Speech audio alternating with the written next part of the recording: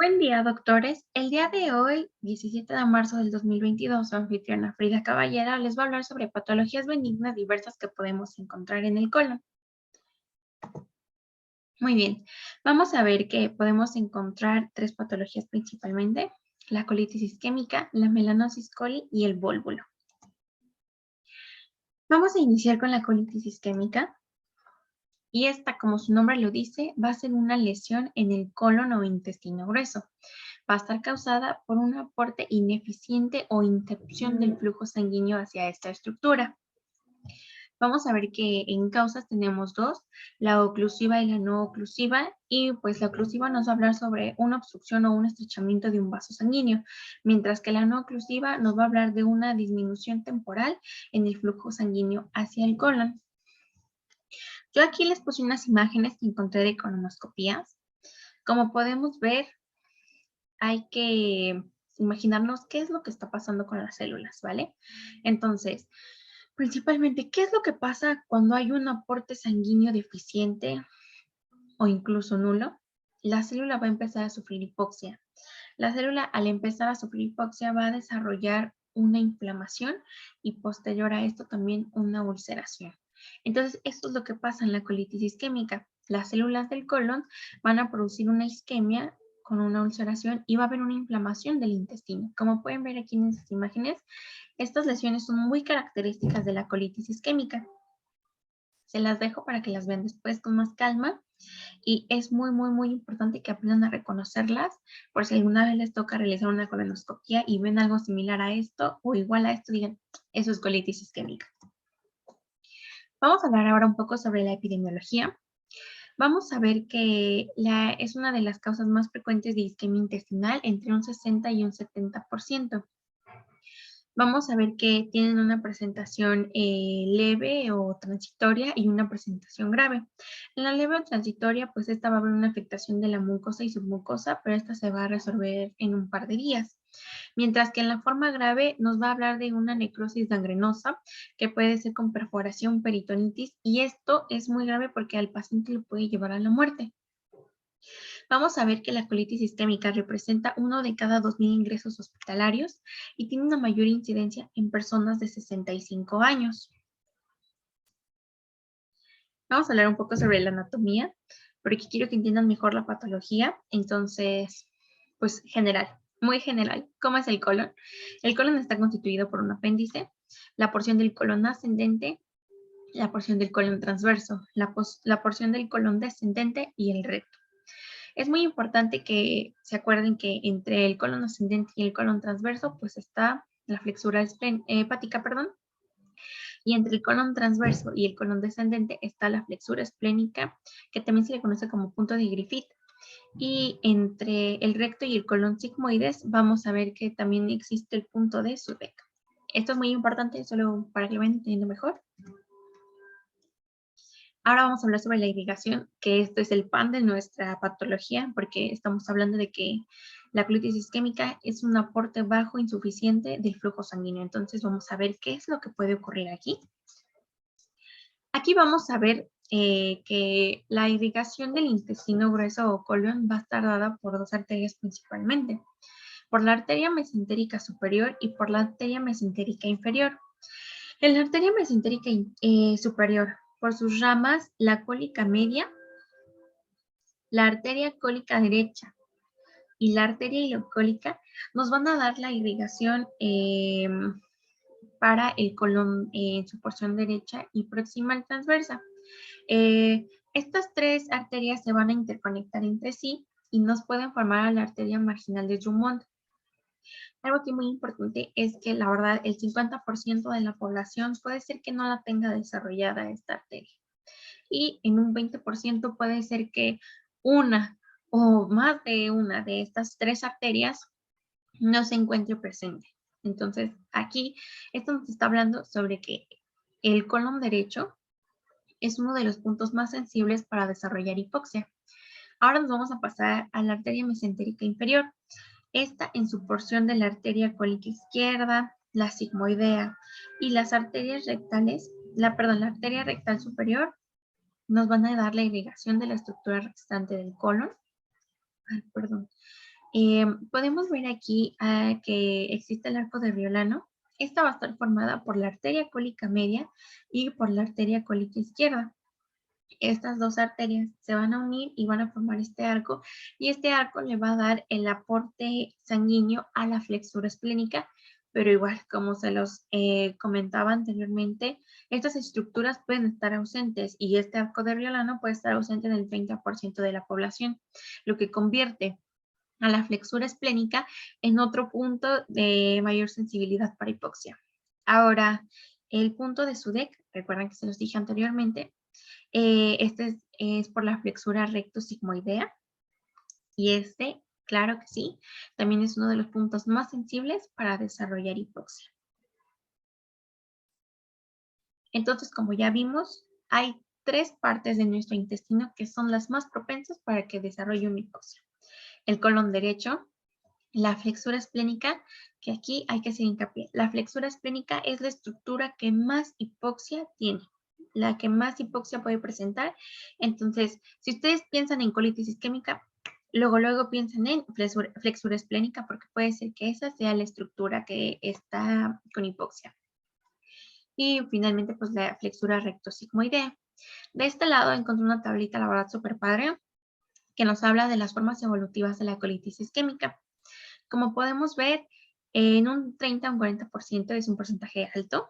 Existe la colopatía reversible, que la verdad esta es de las formas más pues, benevolentes de la patología, porque aquí pues esta se puede resolver en uno o varios días. En la colitis transitoria la vamos a tener de un 15 a un 20%. Después vamos a tener una colitis ulcerativa crónica. El paciente ya ha presentado varios episodios de colitis isquémica. Estos van a estar entre un 15 y un 20%. Vamos a ver que tiene 3 puntos principalmente. El primero, pues va a ser que el paciente va a presentar diarrea con sangre, pus y o la colopatía con pérdida de proteínas. En el punto 2 hay sepsis recurrente con fiebre alta y leucocitosis. Y en el punto 3 hay estenosis. Estos dos últimos puntos son de cuidado porque el paciente puede tener una complicación mayor. Entonces hay que estar muy al pendiente de eso. Después tenemos a la necrosis gangrenosa. Este es entre un 15 y un 20% de la patología que se presenta. Más adelante les voy a hablar sobre esta. Y por último tenemos a la pancolitis fulminante, que esta es menor al 5% afortunadamente. Aquí encontré esta tag. La verdad es que está muy padre. Podemos apreciar aquí esta estructura, es el colon transverso distal. Y pues como pueden ver hay un edema. Y de este lado tenemos a la flexura esplénica, que también se encuentra lesionada. Muy bien, ahora les voy a hablar sobre los factores de riesgo que tenemos para desarrollar colitis isquémica. Bueno, como podemos ver, hay muchísimos factores de riesgo para desarrollar colitis isquémica. Créeme, son muchísimos los factores de riesgo que tenemos. Aquí yo encontré una lista de fármacos que nos pueden llevar al desarrollo de colitis isquémica. Si se dan cuenta, por ejemplo, fármacos anovulatorios, estrógenos, por ejemplo, los diuréticos, son demasiadas las anfetaminas. Todos estos fármacos nos pueden llevar a que nuestro paciente se complique, ¿vale? Entonces, hay que tener especial cuidado cuando nuestros pacientes estén en tratamiento con alguno de estos, cuidar que no vaya a desarrollar una colitis isquémica. Ahora, esta otra tablita, aquí vienen muchísimo más factores de riesgo, estos no están relacionados con medicinas o fármacos, pues. Aquí podemos ver, por ejemplo, la aterosclerosis. Recuerden que les había dicho que había una oclusiva y una no oclusiva. Pues la aterosclerosis va a formar parte de la oclusiva porque al formar una placa de ateroma en cualquiera de los vasos que ya se mencionaron anteriormente, puede generar una hipoxia en el intestino, ¿vale? Entonces la aterosclerosis es una de las principales causas por la que se puede desarrollar colitis isquémica. Hay muchísimos más, como pueden ver, por ejemplo, aquellas personas que son adictos a sustancias tóxicas, como por ejemplo la cocaína, pues tienen un gran riesgo de desarrollar colitis isquémica. También, por ejemplo, acá de este lado les hice una lista como que con los más importantes. Vamos a ver que hay vasculopatías, vasculitis, diabetes mellitus, hipotensión, tabaquismo, aterosclerosis, como ya lo vimos, esta es una oclusiva, la obstrucción intestinal una oclusiva, los fármacos que ya les enseñé anteriormente. El ser mujer también es un factor de riesgo muy importante para desarrollar colitis isquémica y el ejercicio intenso. Algo que me gustaría aquí recalcar es que, por ejemplo, en la hipotensión, esto nos puede hablar de que también nuestro paciente pues, pueda tener alguna cardiopatía. Entonces es muy importante como que pues ahí hacer énfasis y checarlo, ¿vale? Acá pues también tenemos que hay infecciones que nos pueden predisponer para la colitis isquémica, por ejemplo la E. coli o una parasitaria como la entamoeba histolítica. ¿Por qué? Porque la entamoeba histolítica puede ser una obstrucción, ¿vale? Y pues bueno, aquí les dejo muchísimos más. Síndrome de intestino irritable también. Y uno muy importante que no se les debe de olvidar para todas estas patologías es el estreñimiento crónico, ¿vale? Pasando a la fisiopatología. Ok, aquí pues la verdad está muy padre. Intenté hacerlo lo más resumido que se pueda para que ustedes lo puedan entender mejor. Vamos a tener que hay dos formas, la gangrenosa y la no gangrenosa, ¿vale? La gangrenosa, aquí vamos a tener una afectación de un vaso de gran calibre. Por lo tanto, la afectación de la estructura va a ser transmural. En la no gangrenosa vamos a tener que, van a ser afectaciones de vasos de pequeño calibre y va a tener una afectación intramural. Ahora, me gustaría agregar que, por ejemplo, en la no gangrenosa, cuando se va teniendo, el paciente va teniendo episodios de colitis isquémica que se resuelven, que son reversibles. Estos pueden llegar a progresar a una colitis isquémica progresiva. Qué redundante soy, ¿verdad? Y bueno, pues aquí vamos a ver que la actividad motora de nuestro intestino va a cesar, la permeabilidad va a aumentar y esto nos va a favorecer para que aparezcan fenómenos de translocación bacteriana. Entonces hay que tener mucho ojo y mucho cuidado con eso. Ahora, en la gangrenosa, pues la afectación grave es que la extensión de la isquemia va a permitir que se haga un desarrollo en la inflamación de vasos y por lo tanto va a generar una inflamación visceral y parietal. Van a aparecer signos de peritonitis y un síndrome de respuesta inflamatorio sistémico y pues obviamente que esto nos va a dar una clara indicación de que nuestro paciente está teniendo una falla multiórgano porque ya avanzó demasiado la patología. Entonces hay que tener mucho cuidado cuando obtengamos una presentación gangrenosa porque literalmente con nuestro paciente se puede morir. Ahora, ¿cómo va pues, a responder nuestro intestino ante esto? ¿Vale? El intestino se va a caracterizar por un estado de hipermotilidad. Esto nos va a hablar sobre el dolor experimentado en las fases agudas de nuestros pacientes y posterior a esto, la urgencia que tienen por defecar. Ahora, los signos y los síntomas. Tiene un alto índice clínico observable esto. Vamos a ver que las principales, signos y síntomas que el paciente va a observar van a ser tres. El primero va a ser que nuestro paciente va a experimentar un dolor muy intenso, va después a estar acompañado de urgencia para defecar y el tercero es que puede estar acompañado de rectorragia. Entonces aquí pues dolor y sensibilidad o cólicos los puede presentar, claro. Puede haber heces con sangre o sangrados sin heces, que sería la rectorragia. La urgencia para defecar, no lo olvide, y también puede presentar diarrea y náuseas. Vamos a darnos cuenta que el paciente puede estar presentando una isquemia grave porque el dolor abdominal va a ser muy intenso. Va a tener una hipersensibilidad en el abdomen y aparte va a tener fiebre y leucocitosis. Mucho ojo, porque esto aquí nos puede hablar de que el paciente tiene una peritonitis y toxicidad sistémica que nos pueden indicar una necrosis y una perforación del espesor total del intestino.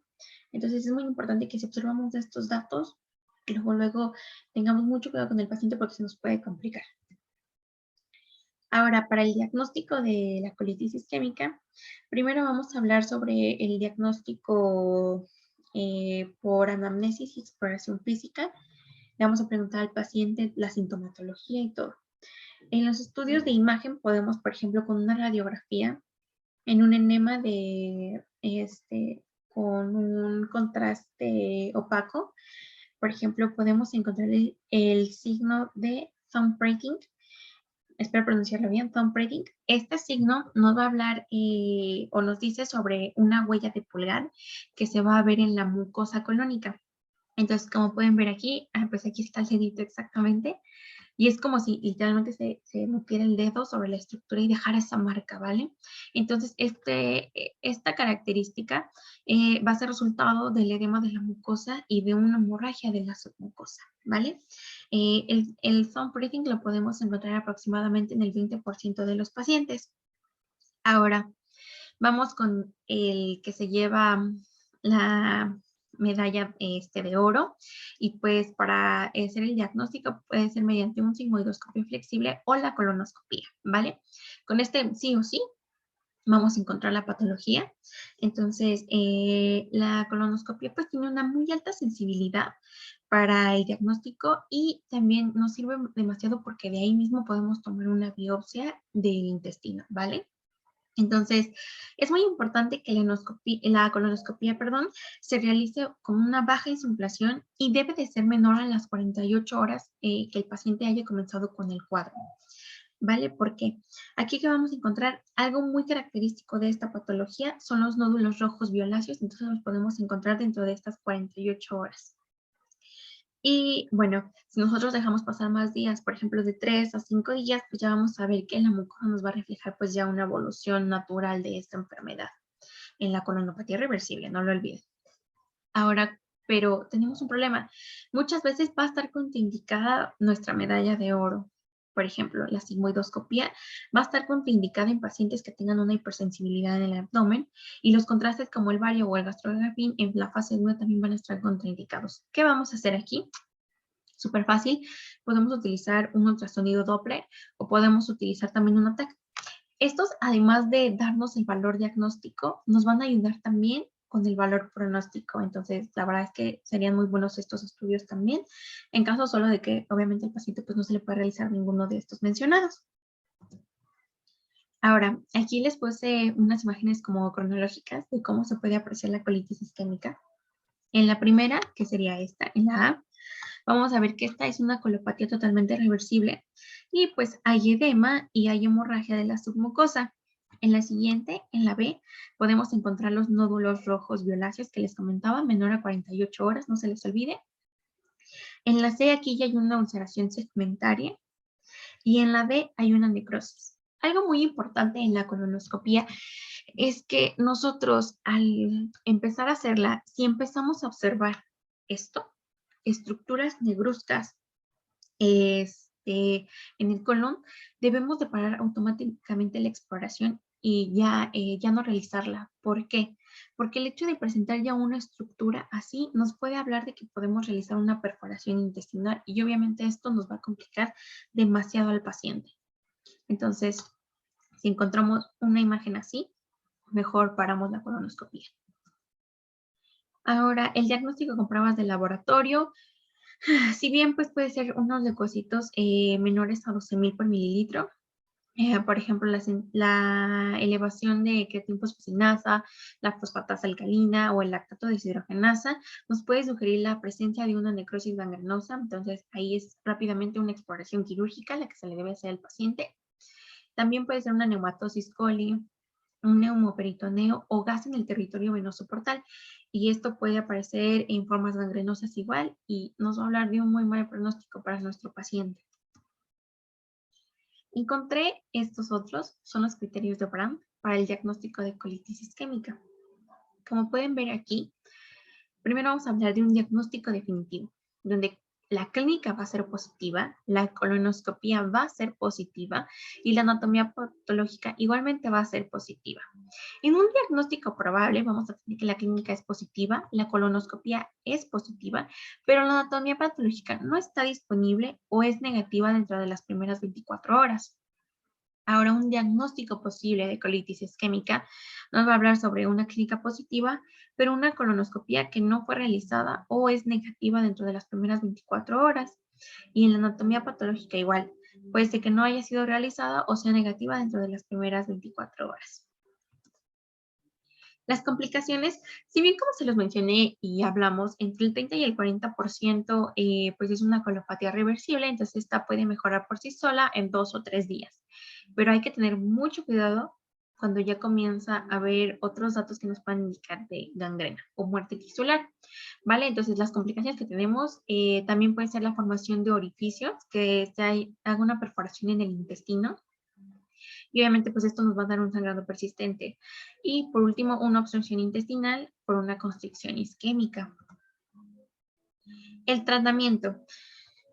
El tratamiento pues igual depende de la presentación clínica que nos encontremos y pues de la gravedad de la misma, ¿no? Entonces vamos a ver que si tenemos una colopatía reversible, entonces vamos a darle a nuestro paciente un reposo intestinal. ¿Cómo se hace este reposo intestinal? Pues primero que nada nuestro paciente pues va a llegar al hospital porque va a tener ese dolor muy fuerte. Entonces lo que vamos a hacer nosotros es que se va a quedar internado y mediante vía intravenosa se le va a aplicar electrolitos, nutrientes, antibióticos de amplio espectro. ¿Por qué?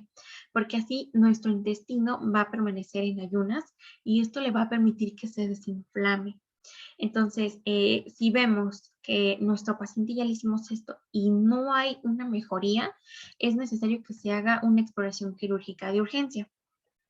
Antes de pasar a la exploración quirúrgica, quiero decirles que, por ejemplo, en una colopatía reversible puede haber secuelas a largo plazo si nuestro paciente sigue presentándolas. Entonces puede haber una estenosis o una isquemia segmentaria crónica. Ahora, en la exploración quirúrgica, aquí pues ya como tal se va a revisar cómo se encuentra el intestino grueso y se va a realizar una resección de todo el intestino que se encuentra necrótico. Esto más que nada es en la gangrenosa, en todas esas que ya son complicadas, pues lo mejor es retirar ya la porción afectada. Y algo muy importante es que debemos evitar una anastomosis primaria.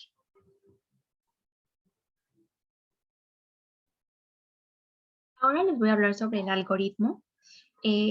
Cuando tenemos una sospecha clínica por colitis isquémica, debemos de preguntarnos si el paciente tiene una peritonitis.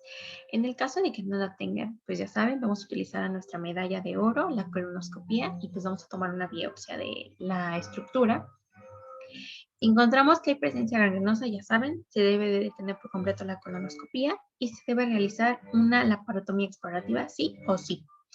Y si no encontramos una necrosis gangrenosa, vamos a determinar la topografía y la extensión de la lesión y también podemos evaluar el diagnóstico de diferencia con otras patologías. Ahora, si en la sospecha clínica nuestro paciente sí tiene peritonitis, ok, ya sabemos que en una hipersensibilidad del abdomen quedamos que iba a estar contraindicado la colonoscopia o la sigmoidoscopia. Entonces, ¿qué vamos a hacer? Un Doppler o un ATAC, como ya se los había mencionado, buen valor diagnóstico y también pronóstico. Entonces, pues ya dependiendo de esto, vamos a ver si le realizamos a nuestro paciente una laparotomía. Por lo general, la verdad es que sí, si ya hay presencia de peritonitis y eso, pues ya nos habla de que ya algo está mal en el intestino, entonces una laparotomía explorativa sí o sí, se debe de hacer una resección de la zona del colon que ya están lesionadas. Aquí les puse una imagen que encontré y pues esta es de una resección de colon que como pueden ver pues ya está bastante necrótico. Entonces, se tiene que quitar esta estructura sí o sí, ya no se puede dejar porque ya no es compatible para la vida de nuestro paciente y le va a traer muchas complicaciones. Entonces, la retiramos para que nuestro paciente ya no tenga mayor complicación. Ahora les voy a hablar sobre la melanosis coli. ¿Qué es la melanosis coli? La verdad es que por lo que estuve revisando de mi exposición, pues la melanosis coli es la patología más benigna que he encontrado de las tres. Porque la melanosis coli se va a producir principalmente por el uso crónico de laxantes antiquinónicos. Entonces, hay que tener mucho cuidado con eso. Esta se va a extender por todo el colon. Todo el colon, como pueden ver en estas imágenes, va a tener esa pigmentación. Y pues obviamente va a incluir también al apéndice, el ciego y puede ser que una porción distal del ilio. La coloración va a ser de marrón a negruzca. Entonces, recuerden estas imágenes muy bien. La melanosis coli se ve así. Entonces, la melanosis coli, ¿de qué nos va a hablar? Pues nos va a hablar que nuestro paciente está sufriendo de un estreñimiento crónico y él está intentando aliviarlo. Entonces, Esta patología aproximadamente se va a desarrollar a los 4 meses de la ingesta de estos laxantes. Puede ser que un poco menos, puede ser a los 3 meses también. Como ya les dije, pues se va a caracterizar por esa pigmentación marrón negruzca en toda la mucosa del colon, ¿vale? Y pues esta patología, ¿ustedes qué creen? ¿Creen que cause malestar, que cause algún síntoma? Pues la verdad es que no. Esta patología es asintomática y puede pasar en muchísimos pacientes desapercibidos. La verdad es que este es un hallazgo incidental que se hace al realizar una colonoscopía y es cuando vemos la estructura así. Y entonces, pues tomamos una biopsia y pues en la histología a esto se le conoce como una pseudomelanosis o una liposuccinosis. De este lado les puse un corte histológico.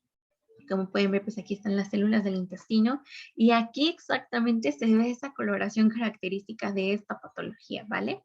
Aquí otra vez, otra imagen más de una colonoscopía. Ahora les voy a hablar sobre estos laxantes antraquinónicos para que los conozcamos un poquito más. Bueno, pues vamos, ¿dónde los vamos a encontrar? Principalmente mucha gente consume aloe vera, por ejemplo, cáscara sagrada, rubaibo, frágula, la cena o el zen. Entonces, eh, estos productos contienen laxante antraquinónico y pues sí es bueno, de que sí es bueno, créanme que, o sea, sí ayuda a mejorar el tránsito intestinal, pero esto se debe de consumir por periodos breves, no más de una semana, porque si ya lo comenzamos a consumir por más de este tiempo, pues podemos desarrollar esta patología. Ahora, pues ya explicando bien esto, que no se deben ingerir por más de una semana, vamos a hablar un poco sobre la fisiología y por qué nuestros pacientes lo siguen consumiendo más de una semana. Entonces vamos a ver que el laxante terrinónico va a tener un efecto de inhibición de absorción del agua por parte del intestino y pues también de electrolitos.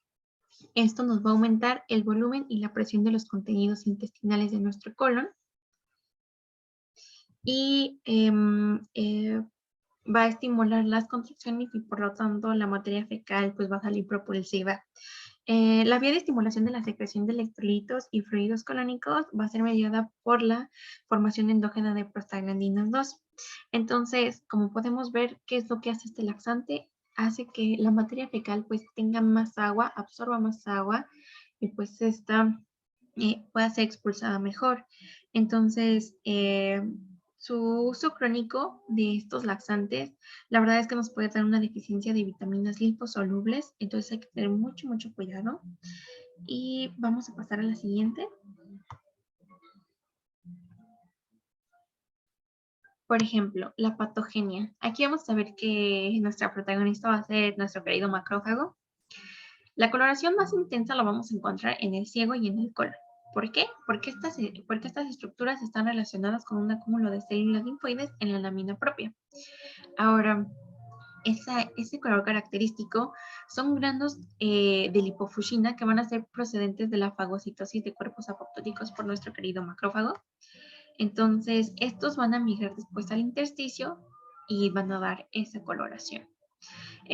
Con esta patología va a aparecer, como ya se los dije, de entre los 3 a 15 meses que se utilice continuamente el laxante. Recuerden, no más de una semana se debe de usar y va a desaparecer por sí sola entre 6 y 11 meses cuando se retire de la dieta de nuestro paciente. Entonces, no requiere un tratamiento específico como tal la melanosis coli, como pueden ver.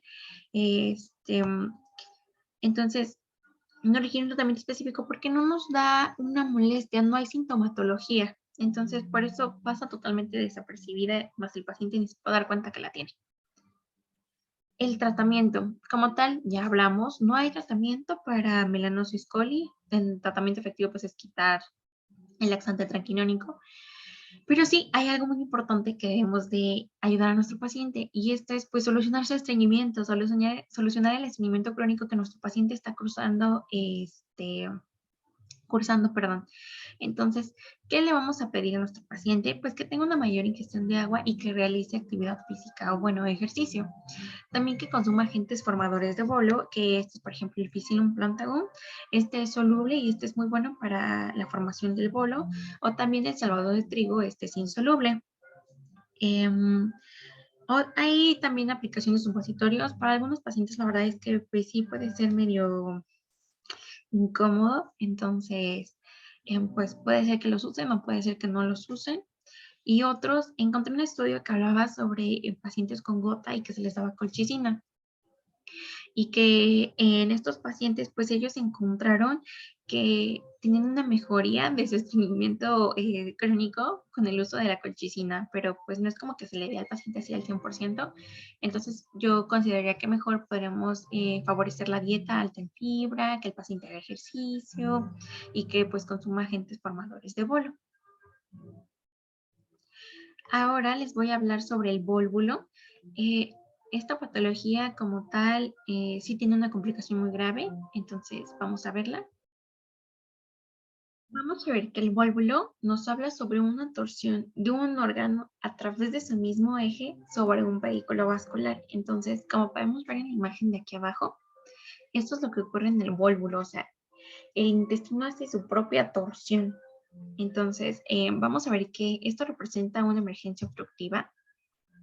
Es la tercera causa de obstrucción intestinal por detrás de la neoplasia y de la enfermedad diverticular. Y pues esta obstrucción intestinal es de asa cerrada típicamente. Aquí les puse unas imágenes.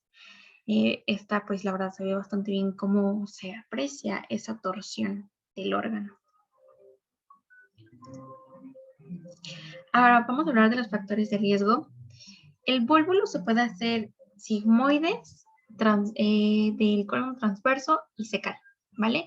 Pero vamos a ver que la mayoría de los pacientes, aproximadamente en un 90%, van a tener la formación de vólvulos sigmoides. Entonces vamos a ver cuáles son los factores de riesgo de este. Primero, ser varón, tener más de 60 años, cursar con estreñimiento crónico. Ven aquí como en todas estas patologías, el estreñimiento crónico es el que tiene como que ahí su participación. Entonces, ese estreñimiento crónico también nos puede predisponer a formar megacolon crónico y el megacolon crónico es el factor de riesgo principal para desarrollar vólvulo. También que haya cirugías abdominales previas, por ejemplo, una cirugía de Nissen, que esto es para reflujo gastroesofágico. Y para el vólvulo secal vamos a tener que un factor de riesgo es ser mujer, tener cirugías abdominales previas, como ya se les había mencionado, y también las que se pueden estar ustedes imaginando, y pues que esté presente también en adultos mayores con inactividad prolongada, lo que va a favorecer a que el intestino se haga perezoso, por así decirlo. Ahora vamos a hablar sobre los signos y los síntomas. Hay muchísimos. La verdad es que el paciente puede cursar con dolor y distensión abdominal. También puede haber ausencia de canalización de gases, ausencia de vacaciones. El paciente puede decirnos que no ha hecho del baño en varios días. El paciente va a presentar náusea y vómito. La hipersensibilidad en el abdomen claramente por la torsión que se está teniendo y una resistencia muscular. Ahora, esto pues que nos va a generar, si hay una torsión del intestino, obviamente nos va a hablar de que hay una obstrucción intestinal, obviamente va a ser aguda, porque créanme que los pacientes no aguantan demasiado con esto, entonces a la exploración que vamos a encontrar ruidos peristálticos en tono metálico y aumentados. Y en la palpación vamos a encontrar que la fosa ilíaca izquierda va a estar vacía. Esto nos puede dar una indicación de que el paciente por ahí está desarrollando el vólvulo, bueno, perdón, está teniendo un vólvulo. Y también puede haber dolor e hipersensibilidad generalizada. Si el paciente nos presenta fiebre y leucocitosis, mucho cuidado porque nos está hablando de que puede haber una perforación o una gangrena. Entonces, por ejemplo, aquí, en la ausencia de evacuaciones, aproximadamente el 58% de los pacientes va a decirnos que no ha hecho popó. Entonces, esto es muy importante, se debe tomar en cuenta y se debe de preguntar.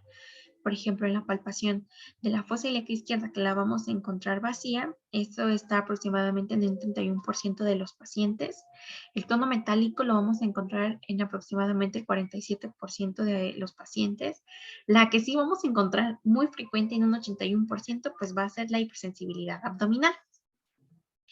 Ahora, la verdad es que no lo puse aquí porque no es muy frecuente, pero podemos encontrar heces con sangre en un 14%. Ahora vamos a hablar sobre el vuélvulo sigmoide. Este es el más frecuente, es el que más vamos a encontrar. Y como podemos verlo en una radiografía simple, vamos a observar este aspecto característico que va a tener de tubo interno doblado o en grano de café. La verdad es que yo me quedé más con la idea de grano de café y pues sí, como pueden verlo aquí, claramente se ve un granito de café. Aquí se ve el grano de café claramente. Entonces, si nosotros observamos esto en el cuadrante superior derecho, vamos a decir, no, pues sí, mi paciente tiene un vuélvulo sigmoide. El grano de café es característico de esto. Otra cosa que también podemos usar para su diagnóstico es, por ejemplo, el enema con gastrografín. El enema con gastrografín, mucho ojo aquí, nos va a indicar un signo patognomónico que se le conoce como pico de pájaro. Como pueden verlo aquí, por ejemplo, en la flechita que está aquí señalada.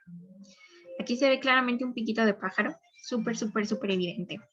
Y bueno, vamos a ver que el grano de café, esta estructura, así como tal, esta imagen la vamos a encontrar en el 76% de nuestros pacientes que presenten vuélvulo sigmoide. Ahora, ¿cuál es el tratamiento? El tratamiento sin presencia de gangrena o de peritonitis, pues la verdad es que se puede dar una reanimación al intestino seguida de una distorsión endoscópica. La distorsión endoscópica, ¿con qué la vamos a realizar? Esta se va a hacer realizar muy sencilla con un protoscopio rígido, pero también puede ser eficaz el uso de un sigmoidoscopio o colonoscopia flexible. También se puede insertar una sonda rectal para mantener la descompresión del intestino. Aquí me gustaría aclarar algunos puntos. ¿Cómo vamos a hacer? Por ejemplo, para muchos de ustedes dirían, no, pues creo que lo ideal sería que mejor le hagamos una colectomía sigmoidea y así evitamos la recurrencia, ¿no? Evitamos que nuestro paciente vuelva a presentar esta patología. Pero no todos los pacientes van a ser candidatos para la cirugía. Entonces, bueno, voy a hablar brevemente la colectomía sigmoidea. Aquí puse una imagen. Se va a extirpar el colon sigmoide en forma parcial o total. Por lo general siempre es total. Y luego se va a conectar el colon descendente con el recto. Así va a quedar. Lo pueden ver aquí. Se va a unir, se va a cortar la porción afectada y se une. Pero bueno, vamos a hablar de que no todos los pacientes van a ser candidatos para que se les realice una cirugía. Como podemos ver, estas patologías principalmente pues afectan a pacientes ya grandes de edad. Entonces estamos hablando que son pacientes ya adultos de edad avanzada que muy probablemente tengan comorbilidades, pues asociadas a patologías que ellos ya tienen crónicas. Entonces, no todos los pacientes van a ser candidatos en cirugía porque, por ejemplo, un paciente que haya desarrollado neumonías constantemente, pues obviamente la lesión en su pulmón no va, las lesiones en su pulmón pues nos están hablando de que el pulmón ya está sufriendo demasiado. Entonces no es candidato para una cirugía porque se nos puede quedar ahí y ya no puede despertar y después pues con ayuda de soporte vital es lo único que vamos a hacer por él. Entonces aquí es cuando decimos qué pacientes sí y qué pacientes no. Debemos de evaluar en nuestra historia clínica, debemos de checar si verdaderamente es compatible la colectomía sigmoidea, o sea, que se realice la operación con la vida de nuestro paciente, porque la verdad, como se los menciono, si es un paciente geriátrico, no es recomendable. Lo ideal es que, pues la verdad, a lo mejor va a ser cansado para el paciente, se le pueden dar ciertos cuidados para que, pues, el paciente como tal no vuelva a desarrollar la patología, pero pues siempre a ellos el tratamiento que se les va a hacer, pues va a ser la distorsión endoscópica, sí o sí, porque ya hay más complicaciones de que el paciente, pues ya en la cirugía ya no despierte, ya no regrese con nosotros. Entonces, por ejemplo, sin cirugía hay un 96.5% en un 64% con la sigmoidoscopía. Entonces, hay una alta probabilidad de recurrencia de que el paciente vuelva a tener un volúpulo, perdón, sigmoide es muy alto en un 43% en los próximos 32 días. Si nuestro paciente ya no lo desarrolló, hay que tener mucho cuidado porque, por ejemplo, el 85% de los pacientes sí van a tener una recurrencia en 8 meses. Entonces, esto es algo que se debe de tener como constante cuidado y estarlo checando constantemente, porque si ya una vez se presentó, es muy probable que se vuelva a presentar. Pero como ya se los dije, debemos de evaluar qué pacientes sí y qué pacientes no. Ahora, en las colectomías, por ejemplo, lo que podemos hacer es realizar una colectomía total en pacientes que ya tengan un megacolon o un megarrecto para que se evite esto, para que se evite la formación de vólvulo.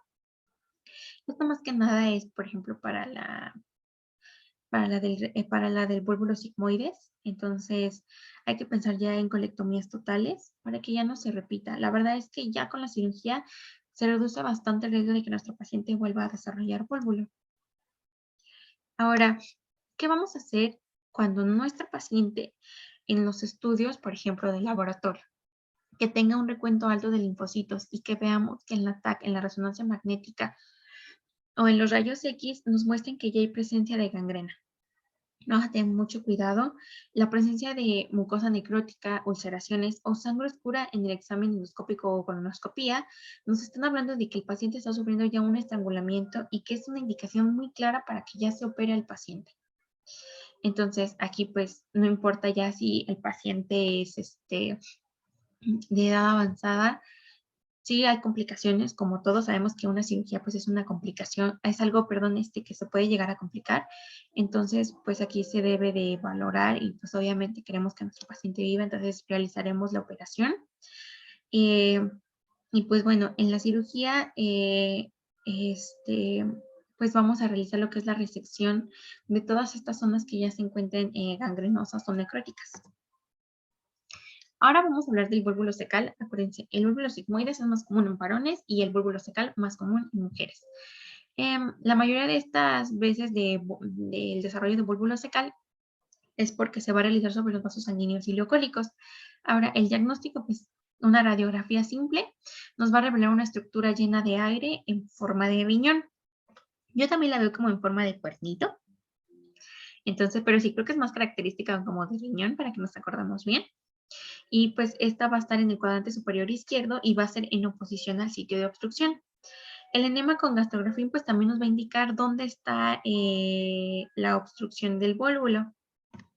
Algo muy importante es que el vólvulo secal no se puede destrozar con endoscopía. Este sí tiene que ser cirugía, sí o sí. Entonces, ¿qué vamos a hacer? Vamos a realizar una hemicolectomía, también conocida como de Harman. Y es que vamos a crear un estroma colónico, vamos a hacer una creación de un estoma, perdón, de un estoma colónico y un cierre de recto remanente. Esto vamos a hacer después una anastomosis ileocólica primaria a fin de evitar que el paciente vuelva a tener recurrencias de esto. Y por último vamos a hablar del vólvulo del colon transverso. La verdad es que este es el menos frecuente de todos y nos puede hablar de que hay una falta de la fijación del colon y de estreñimiento crónico. Ahora, en los rayos X se va a apreciar similar al vólvulo sigmoides. Por ejemplo, miren aquí yo pensaría que este es un signo de grano de café. Y en un enema con gastrografín se va a apreciar la obstrucción pues, más proximal que tenga el intestino. Todos los pacientes, la verdad es que es muy raro, todos los pacientes van a necesitar una exploración y una resección quirúrgica. Entonces, igual, vamos a hacer una colectomía de la zona que esté sufriendo pues esta estrangulación. Y eso ha sido todo de mi parte. Espero que les haya gustado la exposición. La verdad es que intenté ser bastante concreta. Si tienen alguna duda, pues ustedes pueden comunicarse conmigo. Yo los puedo ayudar a resolver las dudas. Revisen muy bien las imágenes, porque la verdad es que esas imágenes de las colonoscopías son muy características de estas patologías. Entonces, échenle un ojito. A los factores de riesgo para colitis isquémica, como pueden ver, son demasiados, entonces también échenle un ojito. Y pues cualquier cosa estoy a sus órdenes y para lo que se les ofrezca. Muchas gracias, compañeros, y que tengan un buen día.